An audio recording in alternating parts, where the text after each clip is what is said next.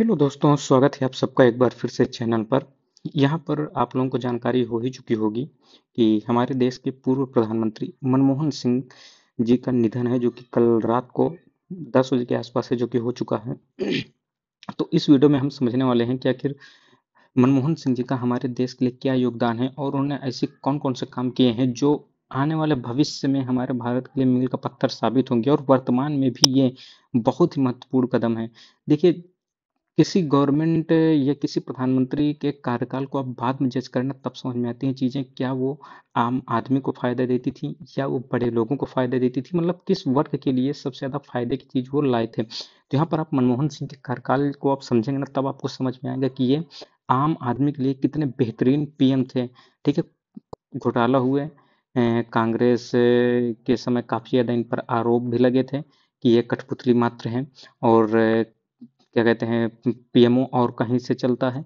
ये सब चीज़ देखिए सेकेंडरी हैं। आप उस समय जो भी आरोप प्रत्यारोप थे उन्हें छोड़कर आप वर्तमान में देखिए, क्या उस समय जो इनके कदम थे वो आज देश के लिए सही साबित हो रहे हैं या नहीं हो रहे हैं। उन सब चीज़ों पर हमें ध्यान देना चाहिए। तो यहाँ पे देखिए, भारत की अर्थव्यवस्था को दुनिया के लिए इन्होंने खोलने का काम किया था। जब ये एलपीजी रिफॉर्म किए थे 1991 में, उस समय भाई साहब भारत की ये स्थिति हो गई थी कि भारत को अपना सोना तक इंग्लैंड में गिरवी रखना पड़ा था। बहुत ही बुरी स्थिति थी। रिकॉर्ड संख्या में लोगों को गरीबी से बाहर निकालने का काम इन्होंने किया, और इन्हें देश को, हमारे देश को वैश्विक स्तर पर काफ़ी ज़्यादा इन्होंने मान सम्मान है जो कि दिलाया है, और लोग इनका बड़ा सम्मान करते थे। चाहे वो बराक ओबामा भी हों, उन्होंने भी इनके खुले तौर पर है जो कि बड़ाई की थी। इनका जो है कल ही के दिन निधन हो गया नई दिल्ली एम्स में। ये 92 वर्ष के थे, और 8:06 में इन्हें इमरजेंसी वार्ड में ले जाया गया था एम्स में, और 9:51 में इन्होंने अपने देह को छोड़ दिया था। 2004 से 2014 के मध्य में ये प्रधानमंत्री रहते हैं, और इन्होंने देखिए देश की लंबी परमाणु शीत ऋतु को है जो कि समाप्त किया। वैश्विक वित्तीय संकट के दौरान सफलतापूर्वक देश का नेतृत्व भी इन्होंने किया था। जब 2008 में मंदी आई थी वैश्विक स्तर पर, तो काफ़ी अच्छा इन्होंने देश को संभाला था। बहुत बड़ी बात होती है, इतनी भयंकर मंदी देखिए कोरोना के समय भी आई थी, लेकिन आप ये ध्यान दीजिएगा, कोरोना में क्या कहते हैं, फिर भी रुपये की समस्या नहीं थी। बस ये है, ट्रेड जरूर हमारा रुक गया था, लेकिन 2008 की जो मंदी थी वो बहुत ही खतरनाक थी, क्योंकि वो क्या कहते हैं, इकोनॉमिकल मंदी थी, समझ रहे हैं, इसलिए वो और भी ज़्यादा खतरनाक थी। तो उस समय इन्होंने देश का नेतृत्व काफ़ी अच्छे तरीके से किया था, और विश्व पटल पर भारत की पहचान इन्होंने बनाई थी।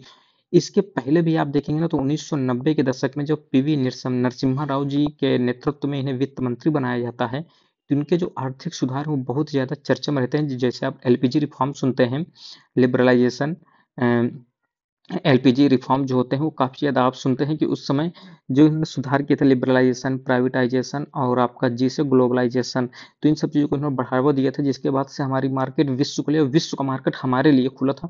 जिसके बाद एफडीआई वगैरह में आप देखते हैं दुनिया के टॉप 10 में अब हम आते हैं, और हमारी इकोनॉमी अब काफ़ी मजबूत हो गई है। और यदि हम व्यापार नहीं करते हैं विदेशों से, तब भी हमारे पास इतना इस समय क्या कहते हैं विदेशी मुद्रा भंडार है कि आराम से 1 साल तक हमारा देश आराम से चल सकता है, यदि हमें हमारी कोई भी कमाई नहीं होती है। तो ये एफडीआई का कमाल है, जो फॉरेन डायरेक्ट इन्वेस्टमेंट आता है, या इसके अलावा जो विदेशी मुद्रा भंडार है। ठीक है, एफडीआई नहीं, विदेशी मुद्रा भंडार की बात है कि विदेशी मुद्रा भंडार जो आप देखते हैं ना, $600 बिलियन के आसपास हमारा पहुंच गया है। विश्व के टॉप 5 देशों में अब हम आते हैं। तो ये सब 1991 के जो नियम बदले गए थे, एलपीजी रिफॉर्म किए गए थे, उसी के बाद से है जो वर्तमान में अब देश देख रहे हैं इतने ज़्यादा ग्रोथ कर रहा है। इसी कारण से औद्योगिक विकास है जो कि बढ़ावा मिलता है। जो हमारा सेकेंडरी सेक्टर है, द्वितीयक सेक्टर, उसको भी यहाँ पर तेजी मिलती है, और सर्विस सेक्टर तो भाई साहब उफान में चला जाता है, बहुत तेज वो बढ़ता है। इसके अलावा लाखों लोगों को गरीबों से निकालने का काम करते हैं। मध्यम वर्ग के लिए भाई साहब, मैं सच्ची बताऊं तो गरीब वर्ग और मध्यम वर्ग के लिए ये मसीहा से कम नहीं है। आपको मैं भी आगे दिखाऊंगा आखिर मैं ऐसा क्यों कह रहा हूँ। मैंने जब एनालिसिस किया, मुझे जब मैंने इनकी चीज़ें देखी ना, तब समझ में आया कि भाई आम लोगों के लिए इतने कितने बड़े काम है जो कि किए हैं उन्होंने। ऐतिहासिक तो भारत और अमेरिका के मध्य परमाणु समझौता था, उससे भी बड़ा ये बहुत ही महत्वपूर्ण था परमाणु समझौता। ठीक है, इसके बाद मनमोहन सिंह के राजनेता की झलक भी मिलती है, जिन्होंने भारत और अमेरिका के मध्य डील कराई थी ना, बहुत ही महत्वपूर्ण थी, क्योंकि भारत रसिया के मध्य डील होना कोई बड़ी बात नहीं थी, लेकिन अमेरिका उस समय पाकिस्तान के पक्ष में ज्यादा रहता था। लेकिन इन्होंने ऐसी भारत की छवि बनाई थी जिसके कारण से अमेरिका भी भारत के साथ परमाणु समझौता करने के लिए आगे आता है। इसके बाद देखिए, इन्होंने वामपंथियों के दबाव की रणनीति का भी यहाँ पर राजनीति में काफी ज्यादा विरोध किया, क्योंकि कोलिशन की सरकार थी। ठीक है, गठबंधन की सरकार ये चला रहे थे, तो लेकिन इन्होंने उनके सामने झुके नहीं थे। राहुल गांधी ने जब 2023 की अध्यादेश को फाड़ दिया था ना, इसके बाद से ये मनमोहन सिंह जी काफ़ी आहत हुए थे। इसके कारण से इन्होंने इनके अंदर से एक बुजुर्ग राजनेता ने अपने सहयोगियों को समझाने के आगे इन्होंने घुटने टेक दिए और वे पद पर बने रहे। बाद में कहा जाता है कि राहुल गांधी ने इनसे माफ़ी मांग ली थी। इंडियन एक्सप्रेस को बताया गया था कि राहुल गांधी ने बाद में माफ़ी मांग ली थी, लेकिन ये इन सब चीज़ों से काफ़ी ज़्यादा है जो कि आहत हुए थे। प्रधानमंत्री बनने से पहले जो है ये बनने वाले पहले सिख थे। प्रधानमंत्री बनने वाले पहले सिख थे और जवाहरलाल नेहरू जी के बाद पूर्ण काल के बाद पद पर वापस आने वाले पहले प्रधानमंत्री थे, ठीक है। लेकिन प्रधानमंत्री के रूप में इनका दूसरा कार्यकाल जो है काफी ज्यादा भ्रष्टाचारों के कारण आरोपों से घिरा था, जैसे 2G स्कैम घोटाला आप लोग सुनते हैं, बहुत ज्यादा चर्चा में था, जिसके कारण से 2014 में कांग्रेस सत्ता से बाहर चली जाती है और उसके बाद से पार्टी उभर नहीं पाई है। वर्तमान में आप देख ही रहे हैं, विपक्ष ने उन्हें कमजोर प्रधानमंत्री कहा था और एक्सीडेंटल प्राइम मिनिस्टर जैसी इन्हें क्या कहते हैं शब्द दिए गए थे। लेकिन मनमोहन सिंह जी पार्टी की सर्वोच्चता में विश्वास करते थे। सत्ता के बंटवारे के मॉडल जैसे मनमोहन सिंह प्रधानमंत्री और सोनिया गांधी जो थी जो प्रमुख थी कांग्रेस की, इनके मध्य काफी ज्यादा ये कहा जाता था कि रिमोट कंट्रोल कहीं और है। तो उन्होंने विश्वास दिलाया था कि उन्हें कमतर आंका जा रहा है। मनमोहन सिंह जी ने ऐसा कहा था।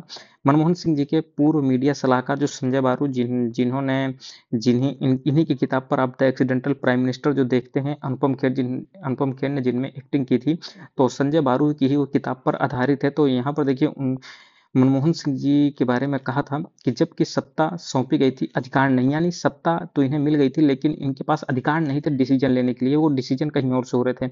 संजय बारू ने मनमोहन सिंह के हवाले से कहा कि देखिए आपको एक बात समझनी चाहिए कि मैं इस बात को स्वीकार कर चुका हूँ, सत्ता के दो केंद्र नहीं हो सकते, इससे भ्रम की स्थिति पैदा होती है। मुझे स्वीकार करना होगा कि पार्टी अध्यक्ष ही सत्ता का केंद्र है, सरकार पार्टी के प्रति जवाबदेह है, ऐसा इन्होंने कहा था, मनमोहन सिंह जी ने कहा था। और ये बातें कहाँ लिखी हैं, तो संजय बारू की किताब में लिखी हैं, जो कि इनके क्या कहते हैं मीडिया सलाहकार थे। 1970 के दशक में प्रारंभ में जब विदेश व्यापार मंत्रालय में आर्थिक सलाहकार के रूप में इन्होंने अपना करियर है जो कि भारत सरकार के साथ स्टार्ट किया था।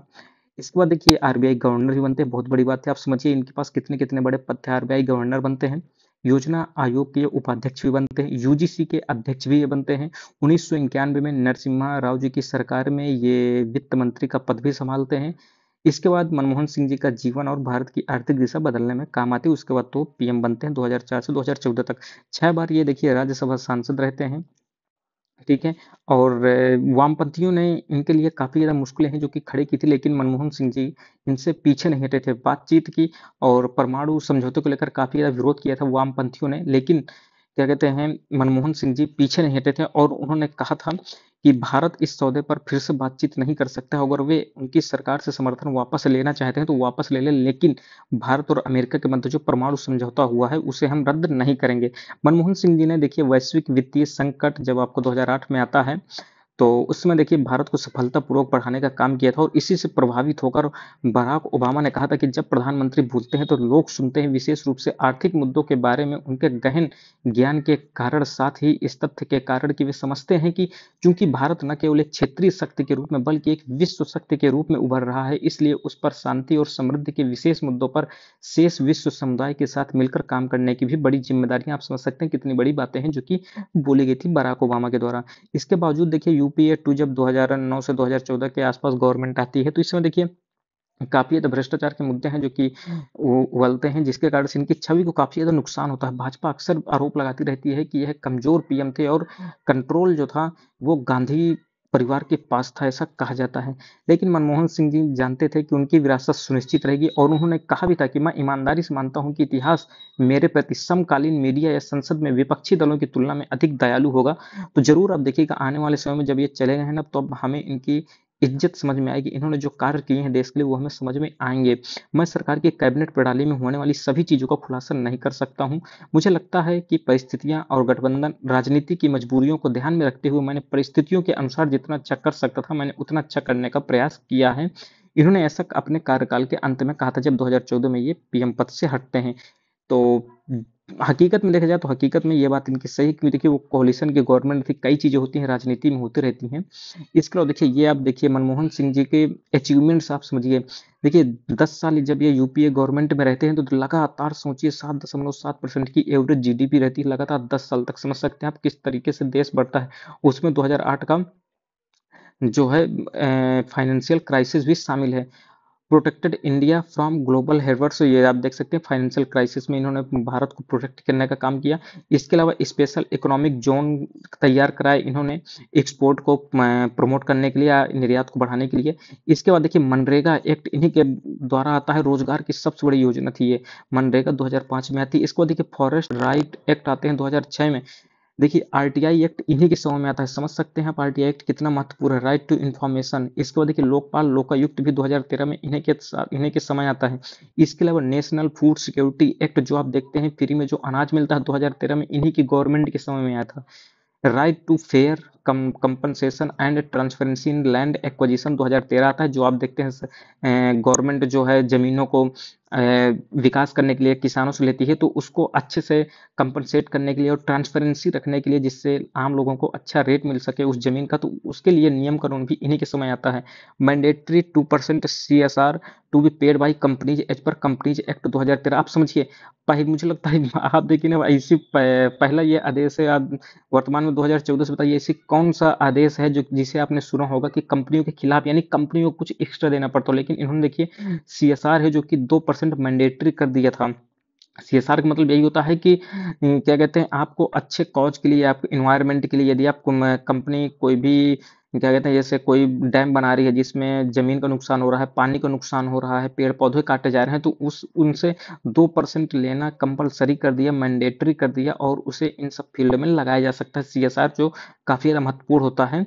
देश के विकास में काफी बड़ा हिस्सा, 2% लगता कम है लेकिन बहुत ही महत्वपूर्ण है। इसके बाद देखिए न्यूक्लियर डील जो इंडिया यूएसए के मध्य, बहुत ही महत्वपूर्ण। इसके बाद देखिए राइट टू एजुकेशन एक्ट, भाई साहब बताइए आरटीई एक्ट जो आता है, राइट टू एजुकेशन एक्ट 2009 में, बहुत ही महत्वपूर्ण है। ये भी देखिए आम आदमियों से संबंधित था, काफी ज्यादा महत्वपूर्ण था।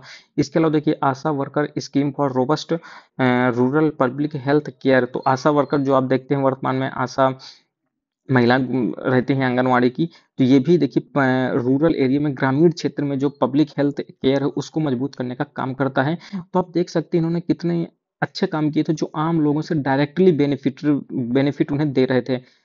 लेकिन अब वर्तमान की गवर्नमेंट को आप बताइए, वर्तमान की गवर्नमेंट का ऐसे कौन से नियम है इसमें? देखिए ये कौन नियम है, आधार जो आप डीबीटी ट्रांसफर वर्तमान में देखते हैं ना आधार के माध्यम से, वो इन्हीं के द्वारा है जो कि लाया गया था, और बीजेपी उसका विरोध कर रही थी, लेकिन बाद में बीजेपी ने ही उसका अच्छा खासा फायदा उठाया। और अच्छी चीज है, देखिए गवर्नमेंट जो भी काम करती है आने वाली गवर्नमेंट को फायदा ही मिलता है। लेकिन कुछ इस गवर्नमेंट के आप मुझे जरूर बताइए कमेंट बॉक्स में कि आपको क्या लगता है जो इसी तरह के नियम या कानून इस गवर्नमेंट के द्वारा बनाए गए हों जो आम आदमी को डायरेक्टली बेनिफिट करते हों, ये आप जरूर बता सकते हैं। इसके अलावा देखिए नेशनल ऑनर्स की बात करें तो पद्म विभूषण इन्हें 1987 में मिला था। और आप बताइए क्या ये भारत रत्न इन्हें मिलना चाहिए या नहीं मिलना चाहिए? मेरे अनुसार तो मुझे तो लगता है कि हाँ मिलना चाहिए।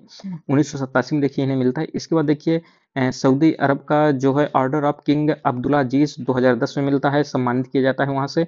इसके अलावा जापान ने अपना डेकोरेशन दिया था, order of the Pulwana flower से, जो कि इन्हें दिया गया था 2014 में। तो ये इम्पोर्टेंट अवार्ड थे। तो देखिए हमने पूरी उनकी जीवनी को समझने का प्रयास किया। और आपको क्या लगता है, क्या इन्होंने हमारे देश के लिए जो भी किया है वो अच्छा किया है, या आप इनको किस नज़रिए से देखते हैं, ये हमारे देश के लिए कैसे ये बेनिफिशियल रहे हैं? जरूर बताइएगा कमेंट बॉक्स में। बाकी मिलते हैं अगले वीडियो में, तब तक धन्यवाद, जय हिंद।